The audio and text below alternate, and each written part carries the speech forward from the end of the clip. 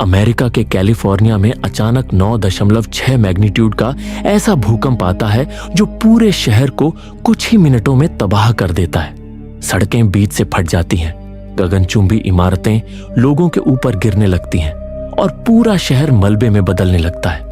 लेकिन इस भयानक तबाही के बीच एक रेस्क्यू पायलट अपनी हेलीकॉप्टर लेकर उसी शहर के अंदर जाने का फैसला करता है, क्योंकि उसकी बेटी अभी भी वहां फंसी हुई है। लेकिन इस विनाशकारी भूकंप से कुछ समय पहले सब कुछ बिल्कुल सामान्य था। कैलिफोर्निया के एक सुनसान पहाड़ी रास्ते पर एक लड़की अपनी कार से ड्राइव कर रही होती है। तभी अचानक पूरी पहाड़ी जोर से कांपने लगती है और ऊपर से बड़े बड़े पत्थर सड़क पर गिरने लगते हैं। लड़की घबरा जाती है और उसकी कार का कंट्रोल छूट जाता है। कार सड़क से फिसलकर सीधे गहरी खाई की तरफ गिरती है और कई पलटे खाते हुए नीचे जा गिरती है। लेकिन किस्मत से वो कार पूरी तरह नीचे नहीं गिरती, बल्कि खाई में एक चट्टान के बीच फंसकर सैकड़ों फीट गहराई के ऊपर हवा में लटक जाती है। लड़की अंदर पूरी तरह फंसी हुई थी और जरा सी भी हलचल होने पर वो कार सीधे नीचे गिर सकती थी। तभी आसमान से हेलीकॉप्टर की आवाज सुनाई देती है और एंट्री होती है लॉस एंजलिस रेस्क्यू टीम के चीफ रे की। रे तुरंत हेलीकॉप्टर को उस खाई के ऊपर लाता है, लेकिन खाई इतनी संकरी थी कि हेलीकॉप्टर नीचे नहीं जा सकता था। वक्त बहुत कम था और कार धीरे धीरे नीचे खिसक रही थी। रे अपनी जान की परवाह किए बिना रस्सी के सहारे उस लटकती हुई कार तक नीचे उतरता है। जैसे ही वो कार का दरवाजा तोड़कर लड़की को बाहर खींचता है, उसी पल वो कार सैकड़ों फीट नीचे गिरकर चकनाचूर हो जाती है। रे ने उस लड़की की जान तो बचा ली थी, लेकिन उसे बिल्कुल अंदाजा नहीं था कि यह भूकंप तो सिर्फ एक छोटा सा ट्रेलर है। असली तबाही अब भी जमीन के नीचे करवट ले रही थी। दूसरी तरफ हम हूवर डैम पर दो बड़े साइंटिस्ट्स डॉक्टर लॉरेंस और डॉक्टर किम को देखते हैं। वो दोनों वहां अपनी एक नई मशीन टेस्ट कर रहे थे, जो भूकंप आने से पहले ही उसका पता लगा सकती थी। सब कुछ बिल्कुल शांत था, लेकिन तभी अचानक उनकी मशीन पागलों की तरह बीप करने लगती है। रीडिंग्स इतनी तेज थीं कि दोनों के होश उड़ जाते हैं। ये कोई मामूली हलचल नहीं थी, यह 7.1 रिक्टर स्केल के एक भयानक भूकंप का संकेत था। और इससे पहले कि वो किसी को चेतावनी दे पाते, जमीन अचानक खौफनाक तरीके से कांपने लगती है। दुनिया के सबसे मजबूत और विशाल डैम्स में से एक हूवर डैम की मोटी कंक्रीट दीवारों में बड़ी बड़ी दरारें पड़ने लगती हैं। वहां खड़े लोग घबराकर अपनी जान बचाने के लिए इधर उधर भागने लगते हैं। तभी डॉक्टर किम की नजर एक छोटी बच्ची पर पड़ती है, जो डर के मारे वहीं बैठी हुई थी। किम बिना एक पल सोचे उसकी तरफ दौड़ पड़ते हैं और अपनी जान की परवाह किए बिना उस बच्ची को सुरक्षित बाहर निकाल लेते हैं। लेकिन जैसे ही वो मुड़ते हैं, उनके पैरों के नीचे की जमीन फट जाती है और अगले ही पल डॉक्टर किम उस टूटते हुए डैम के भारी मलबे के साथ नीचे उफनती हुई नदी में गिर जाते हैं। कुछ ही सेकंड में पूरा का पूरा हूवर डैम ताश के पत्तों की तरह ढहकर पानी में समा जाता है। डॉक्टर लॉरेंस अपनी आंखों के सामने अपने दोस्त को मरते हुए देखते हैं, लेकिन असली डर अभी बाकी था, क्योंकि उनकी मशीन बता रही थी कि यह तबाही यहीं नहीं रुकेगी। सैन एंड्रियास फॉल्ट जाग चुका था और अब इतिहास का सबसे बड़ा भूकंप सीधे कैलिफोर्निया के लॉस एंजल्स शहर की तरफ बढ़ रहा था। इधर लॉस एंजलिस शहर अपनी नॉर्मल रफ्तार से चल रहा था। रे की पत्नी एम्मा एक गगनचुंबी इमारत के टॉप फ्लोर पर बने रेस्टोरेंट में बैठी हुई थी। सब कुछ बिल्कुल शांत था, लेकिन तभी उसके सामने रखे पानी के गिलास में अचानक तेज कंपन होने लगता है। अगले ही पल जमीन के अंदर से एक भयानक गड़गड़ाहट सुनाई देती है और सेकंड भर में 9.1 रिक्टर स्केल का वो महाभूकंप पूरे शहर से टकरा जाता है। देखते ही देखते 50-50 मंजिला इमारतें कागज की तरह हिलने लगती हैं। रेस्टोरेंट के शीशे एक ही झटके में चकनाचूर हो जाते हैं और लोग घबराकर इधर उधर भागने लगते हैं। चारों तरफ सिर्फ धूल, मलबा और चीख पुकार का माहौल बन जाता है। इसी दहशत के बीच एमा किसी तरह रे को कॉल मिलाती है। हालात समझते ही रे उसे तुरंत बिल्डिंग की छत की तरफ भागने के लिए कहता है और भरोसा दिलाता है कि वो उसे वहां से निकालने आ रहा है। रे बिना एक सेकंड गंवाए अपना रेस्क्यू हेलीकॉप्टर लेकर उस तबाह होते शहर के ऊपर पहुंच जाता है। लेकिन वहां का मंजर और भी डरावना था। बड़ी बड़ी इमारतें ताश के पत्तों की तरह एक दूसरे पर गिर रही थी और हर तरफ धुएं और उड़ते हुए मलबे का तूफान था। रे किसी तरह हेलीकॉप्टर को संभालते हुए एम्मा की बिल्डिंग तक पहुंचता है, लेकिन तब तक उस इमारत का बेस पूरी तरह टूट चुका था और पूरी बिल्डिंग धीरे धीरे जमीन की तरफ झुकने लगी थी। छत पर खड़ी एमा के पैरों के नीचे की जमीन फट रही थी और अब एक सेकंड की भी देरी का मतलब था सीधा मौत। रे अपने हेलीकॉप्टर को उस गिरती हुई बिल्डिंग के बिल्कुल किनारे ले जाता है। एम्मा अपनी जान की परवाह किए बिना हवा में छलांग लगा देती है और रे हवा में ही उसका हाथ पकड़कर उसे हेलीकॉप्टर के अंदर खींच लेता है। अगले ही पल वो पूरी की पूरी 50 मंजिला गगनचुंबी इमारत उनके सामने भयानक आवाज के साथ मलबे के ढेर में बदल जाती है। लेकिन रे और एम्मा को अभी जरा भी अंदाजा नहीं था कि यह तो सिर्फ शुरुआत थी, क्योंकि उसी समय कैलिफोर्निया की धरती के नीचे सैन एंड्रियास फॉल्ट पूरी तरह जाग चुका था और अब असली तबाही पूरे राज्य को निगलने वाली थी। इधर दूसरी तरफ सैन फ्रांसिस्को में रे की बेटी ब्लैक अपनी माँ के दोस्त डैनियल के साथ एक बड़ी बिल्डिंग की अंडरग्राउंड पार्किंग में थी। वो लोग कार में बैठकर निकलने ही वाले थे कि तभी जमीन के अंदर से वही खौफनाक कंपन सैन फ्रांसिस्को तक पहुंच जाती है। पूरी पार्किंग के मोटे मोटे पिलर्स हिलने लगते हैं और छत से भारी भारी कंक्रीट के टुकड़े गिरने लगते हैं। तभी एक विशाल पत्थर सीधा उनकी कार की छत पर आ गिरता है और कार बुरी तरह पिचक जाती है। डैनियल किसी तरह कार से बाहर निकल आता है, लेकिन ब्लैक की टांगें सीटों के बीच बुरी तरह फंस जाती हैं। ब्लैक डर के मारे डैनियल से मदद की गुहार लगाती है, लेकिन ऐसे खौफनाक वक्त में डैनियल का असली चेहरा सामने आ जाता है। वो ब्लैक को वहीं मरने के लिए छोड़कर अपनी जान बचाने के लिए भाग निकलता है। ब्लैक उस अंधेरी और कुचली हुई कार में फंसी हुई थी और ऊपर से पूरी पार्किंग की छत धीरे धीरे नीचे आ रही थी। किसी भी पल वो जिंदा दफन हो सकती थी। तभी वहां से गुजर रहे बेन और उसका छोटा भाई ब्लैक की चीखें सुन लेते हैं। दोनों बिना अपनी जान की परवाह किए उस गिरती हुई पार्किंग के अंदर घुस जाते हैं। कार के दरवाजे पूरी तरह जाम हो चुके थे और छत लगातार नीचे खिसक रही थी। बेन तुरंत पास खड़ी एक दूसरी कार से जैक निकालता है और भारी मलबे के नीचे लगाकर पूरी ताकत से छत को ऊपर उठाने की कोशिश करता है, लेकिन पार्किंग के आखिरी पिलर्स भी टूटने लगे थे और वक्त लगभग खत्म हो चुका था। आखिरकार बेन किसी तरह ब्लैक को कार से खींचकर बाहर निकाल लेता है और अगले ही सेकंड पूरी की पूरी अंडरग्राउंड पार्किंग एक भयानक गड़गड़ाहट के साथ मलबे के ढेर में तब्दील हो जाती है। ब्लैक, बेन और ऑली बाल बाल बच गए थे, लेकिन जब वो बाहर निकलते हैं तो उनके पैरों तले जमीन खिसक जाती है, क्योंकि बाहर पूरा का पूरा शहर मलबे के समंदर में बदल चुका था। सारे कम्युनिकेशन टावर्स गिर चुके थे और अब वो इस तबाही में पूरी तरह दुनिया से कट चुके थे। और सबसे डरावनी बात यह थी कि उन्हें अभी तक पता भी नहीं था कि इस तबाही से बचने के लिए उन्हें अभी और भी बड़े खतरे का सामना करना पड़ेगा। लेकिन ब्लैक को पूरा भरोसा था कि उसका रेस्क्यू चीफ पिता उसे मरने के लिए कभी नहीं छोड़ेगा। वो बेन और ऑली के साथ एक टूटी हुई इलेक्ट्रॉनिक्स की दुकान में घुसती है।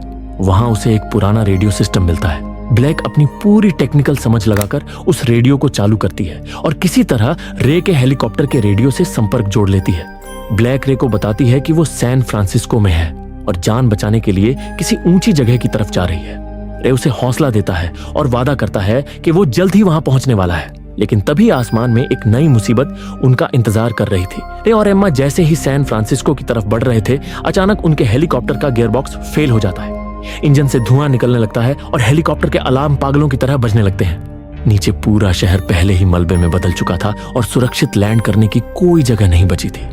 हेलीकॉप्टर तेजी से नीचे गिरने लगता है। रे पूरी ताकत लगाकर उस हेलीकॉप्टर को पास के एक शॉपिंग मॉल की तरफ मोड़ देता है और अगले ही पल एक भयानक झटके के साथ हेलीकॉप्टर मॉल के अंदर क्रैश लैंड हो जाता है। क्रैश इतना जोरदार था कि हेलीकॉप्टर के परखच्चे उड़ जाते हैं, लेकिन किस्मत से रे और एम्मा बाल बाल बच जाते हैं। अब उनके पास उड़ने का कोई रास्ता नहीं था, लेकिन ब्लैक तक पहुंचना हर हाल में जरूरी था। तभी मॉल की पार्किंग में रे की नजर एक लावारिस कार पर पड़ती है। अब उसके पास सही या गलत सोचने का समय नहीं था। रे जल्दी से कार के तार जोड़कर उसे चालू करता है और तबाही से जलते हुए सैन फ्रांसिस्को शहर के बीच अपनी बेटी को ढूंढने निकल पड़ता है। लेकिन उन्हें अभी तक अंदाजा नहीं था कि असली तबाही अब भी सैन फ्रांसिस्को के तट से टकराने वाली थी। रे और एम्मा पूरी तेजी से सैन फ्रांसिस्को की तरफ बढ़ रहे थे। सब कुछ ठीक चल रहा था कि तभी अचानक रे जोर से ब्रेक मारता है। सामने का नजारा देखकर दोनों के होश उड़ जाते हैं। आगे कोई सड़क ही नहीं बची थी, क्योंकि सैन एंड्रियास फॉल्ट ने पूरी धरती का सीना चीर दिया था। उनके सामने एक इतनी विशाल और गहरी खाई बन चुकी थी कि उसका अंत दिखाई ही नहीं दे रहा था। अब कार से आगे जाना नामुमकिन था। वक्त तेजी से निकल रहा था और उनकी बेटी मौत के साए में थी। तभी उस तबाही के बीच उनकी नजर एक बूढ़े कपल पर पड़ती है। बूढ़ा आदमी बताता है कि पास के एक छोटे एयरपोर्ट पर उसका प्राइवेट प्लेन खड़ा है, लेकिन इस तबाही के माहौल में वो खुद प्लेन उड़ाने की हिम्मत नहीं कर सकता था। उसे बस यहाँ से भागने के लिए एक मजबूत गाड़ी चाहिए थी। रे तुरंत समझ जाता है कि यही उनका आखिरी मौका है। वो अपनी कार उस कपल को दे देता है और बदले में उनका प्राइवेट प्लेन ले लेता है। थोड़ी ही देर में रे और एम्मा उस प्लेन को लेकर सैन फ्रांसिस्को के आसमान में पहुंच जाते हैं, लेकिन वहां का नजारा किसी नर्क से कम नहीं था। पूरा शहर आग, धुएं और मलबे में डूब चुका था। नीचे कहीं भी प्लेन उतारने की सुरक्षित जगह नहीं बची थी। अब उनके पास सिर्फ एक ही रास्ता था, रे प्लेन को ऑटो पायलट पर सेट करता है, एम्मा को अपने साथ कसकर बांधता है और अगले ही पल वो दोनों उस उड़ते हुए प्लेन से सीधे हवा में छलांग लगा देते हैं। धुएं और मलबे को चीरते हुए उनका पैराशूट खुलता है और वो किसी तरह एक टूटे हुए बेसबॉल स्टेडियम के अंदर सुरक्षित लैंड कर जाते हैं। लैंड करने के बाद रे और एम्मा को लगा कि शायद सबसे बुरा वक्त बीत चुका है, लेकिन तभी जमीन एक बार फिर भयानक तरीके से कांपने लगती है। ये कोई छोटा झटका नहीं था, बल्कि वही महाविनाश था जिसका इंतजार सैन एंड्रियास फॉल्ट कर रहा था। कुछ ही सेकंड में बचा खुचा सैन फ्रांसिस्को भी ताश के पत्तों की तरह ढहने लगता है। रे तुरंत एक्शन में आता है और वहां फंसे लोगों को सुरक्षित जगह की तरफ भेजने लगता है। उधर कैलटेक में डॉक्टर लॉरेंस अपनी कंप्यूटर स्क्रीन देखकर सन्न रह जाते हैं। उनके मुताबिक यह 9.6 रिक्टर स्केल का भूकंप था, मानव इतिहास का सबसे बड़ा और सबसे खतरनाक भूकंप। कुछ देर बाद जब धरती का कांपना रुकता है तो पूरा शहर मलबे के एक विशाल पहाड़ में बदल चुका था। सड़कें पूरी तरह टूट चुकी थीं। अब आगे बढ़ने का कोई रास्ता नहीं बचा था। तभी रे की नजर पानी में खड़ी एक लावारिस स्पीड बोट पर पड़ती है। अब उनके पास यही आखिरी रास्ता था। रे और एम्मा उस बोट में बैठकर पानी के रास्ते ब्लैक को ढूंढने निकल पड़ते हैं, लेकिन कुछ ही देर बाद रे की नजर समंदर के किनारे पर पड़ती है। समंदर का पानी तेजी से पीछे की तरफ खींच रहा था। एक रेस्क्यू चीफ होने के नाते रे तुरंत समझ जाता है कि यह एक खौफनाक सुनामी का संकेत है और तभी क्षितिज पर पानी की एक विशाल दीवार उठती हुई दिखाई देती है। ये कोई साधारण लहर नहीं थी, ये लगभग 500 फुट ऊंची मौत की सुनामी थी, इतनी विशाल कि उसके सामने गोल्डन गेट ब्रिज भी माचिस की तीली जैसा लग रहा था। रे जानता था कि बचने का सिर्फ एक ही तरीका है, लहर के टूटने से पहले उसके ऊपर चढ़ जाना। वो पूरी ताकत से बोट की स्पीड बढ़ा देता है। मौत से रेस लगाते हुए उनकी बोट किसी तरह उस विशाल लहर के ऊपर पहुंच जाती है, लेकिन तभी एक नया खतरा सामने आ जाता है। लहर के साथ बहता हुआ एक विशाल कार्गो शिप सीधे उनकी तरफ बढ़ रहा था। रे की बोट उस लोहे के दैत्य से टकराने ही वाली थी, लेकिन आखिरी पल में रे बोट को तेजी से मोड़ देता है। वो उस जहाज से तो बच जाते हैं, लेकिन तभी जहाज के ऊपर रखे भारी शिपिंग कंटेनर खिसककर उनकी तरफ गिरने लगते हैं। मौत बस कुछ ही इंच दूर थी, लेकिन रे अपने गजब के रिफ्लेक्स से बोट को कंट्रोल करता है और गिरते हुए कंटेनरों के बीच से रास्ता निकाल लेता है। रे और एम्मा तो बच जाते हैं, लेकिन वो 500 फुट ऊंची लहर सीधे सैन फ्रांसिस्को के मलबे से टकराती है और पलक झपकते ही पूरा शहर एक गहरे और खौफनाक समंदर में बदल जाता है। और इसी उफनते हुए समंदर के बीच एक डूबती हुई गगनचुंबी इमारत के अंदर ब्लैक, बैन और ऑली बुरी तरह फंस चुके थे। पानी का स्तर तेजी से ऊपर बढ़ रहा था और अब छत तक पहुंचने ही वाला था। उनके पास बच निकलने का कोई रास्ता नहीं था। उधर रे और एम्मा अपनी स्पीड बोट से मलबे और पानी के बीच पागलों की तरह अपनी बेटी को ढूंढ रहे थे। तभी अचानक एम्मा की नजर एक हरी लेजर लाइट पर पड़ती है जो सीधा उनकी बोट की तरफ आ रही थी। यह सिग्नल उसी डूबती हुई इमारत की एक खिड़की से आ रहा था, जहां ब्लैक आखिरी उम्मीद के सहारे उन्हें इशारा कर रही थी। आखिरकार उन्हें अपनी बेटी मिल गई थी, लेकिन उसी पल एक और मुसीबत आ खड़ी होती है। अचानक उस इमारत का निचला हिस्सा टूट जाता है और पूरी बिल्डिंग तेजी से पानी में धंसने लगती है। तेज बहाव में ब्लैक कांच की एक केबिन के अंदर फंस जाती है और दरवाजा बुरी तरह जाम हो जाता है। रे बिना एक सेकंड गंवाए सीधे उस ठंडे और मलबे से भरे पानी में छलांग लगा देता है। वो तेजी से तैरते हुए उस डूबती हुई इमारत के अंदर पहुंच जाता है। कमरा पूरी तरह पानी से भर चुका था। ब्लैक की सांसें टूट रही थी। वो आखिरी बार कांच के उस पार अपने पिता को देखती है और फिर बेहोश हो जाती है। अब सब कुछ इस बात पर निर्भर था कि क्या एक पिता अपनी बेटी को मौत के मुंह से वापस ला पाएगा। रे अपनी पूरी ताकत लगाकर कांच तोड़ने की कोशिश करता है, लेकिन वो बेहद मजबूत था। रे की सांसें भी अब टूटने लगी थी। एक एक पल पानी के अंदर बिताना अब भारी पड़ रहा था, लेकिन एक बाप अपनी बेटी को अपनी आंखों के सामने कैसे मरने दे सकता था। रे अपनी आखिरी ताकत जुटाकर दरवाजे के सामने फंसा सारा मलबा हटाता है और आखिरकार दरवाजा खोलने में कामयाब हो जाता है। वो जल्दी से बेहोश ब्लैक को पकड़कर पानी के ऊपर बोट तक ले आता है। एम्मा रो रही थी क्योंकि ब्लैक की सांसें रुक चुकी थी। ये बिना हार माने उसे CPR देना शुरू करता है। वो बार बार उसकी छाती दबाता है और उसे सांस देने की कोशिश करता है। एक पल के लिए ऐसा लगता है कि सब खत्म हो गया है, लेकिन रे हार नहीं मानता। वो आखिरी बार पूरी ताकत से ब्लैक की छाती दबाता है और अचानक ब्लैक के मुंह से पानी बाहर निकलता है और वो एक गहरी सांस लेकर होश में आ जाती है। रे और एम्मा की आंखों से खुशी के आंसू निकल पड़ते हैं और वो अपनी बेटी को कसकर गले लगा लेते हैं। कुछ देर बाद हम देखते हैं कि रेस्क्यू टीमें वहां पहुंच चुकी हैं। सुबह की रोशनी उस तबाह हो चुके सैन फ्रांसिस्को शहर पर पड़ रही थी।